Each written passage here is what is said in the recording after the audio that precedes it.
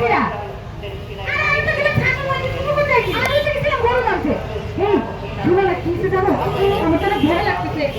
আরে আমার বাপের বাড়ি থেকে শুনে আসলাম ভোটের দিন নাকি লড়ামারি হইবেন। এই এক কথা তো আমিও তোমার সাথে বলতে যাচ্ছি, নির্বাচনটা কি হবে না, আর যদি হয় বিরাট মারামারি হবে।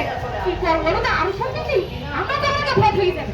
আরে আমরা ভোট কেন্দ্রে কি হ্যাঁ যাবোই না ভোট দিতে, কোনো দরকার নেই। বলছি আমরা দিল্লি যাবো, সকল মতো বাড়ি আসবো। এটাই ভালো, এটাই ভালো। চলো চলো যাই, তাই করবো তাই করবো। শোনো, যে যাই বলুক এই মারামারি হবে, আমি ভোট কেন্দ্রে যাচ্ছি। আমিও যাবো তো, কালকে বিলিকে আরো অনেক কথা আছে। এই আপা, আপনারা ভোট কেন্দ্রে যাবেন না কেন? ও আপা, সত্যি এবার নির্বাচন হবে না, আর যদি বা নির্বাচন হয় ভোট কেন্দ্রে নাকি বিরাট মারামারি হবে। আরে এসব হলো গুজব, তোমাকে বলছে কে? পান্নু আছে না? আরে পান্নু হলে তো পার্টি নেতা, পার্টি নেতার কোথায় কাম দিলে হবে? শোনো, আমরা যদি সময় মতো ভোট কেন্দ্রে যে ভোট না দেয় তাহলে কি হবে জানো? কি হবে?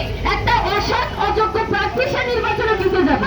আর যদি সে জিতে যায় তাহলে সে আমাদের দেশের কোনো উন্নয়ন করবে না, বরং আমাদের উন্নয়নের কাজ আরো ব্যাহত হবে। আমরা আমাদের সমস্ত সেবা থেকে বঞ্চিত হব। তোমরা কি সেটা চাও? না, আমরা তো শুনতে চাই না। যদি না চাও তাহলে আগামী 12ই ফেব্রুয়ারি আমরা সবাই সময় মতো ভোট কেন্দ্রে যাব।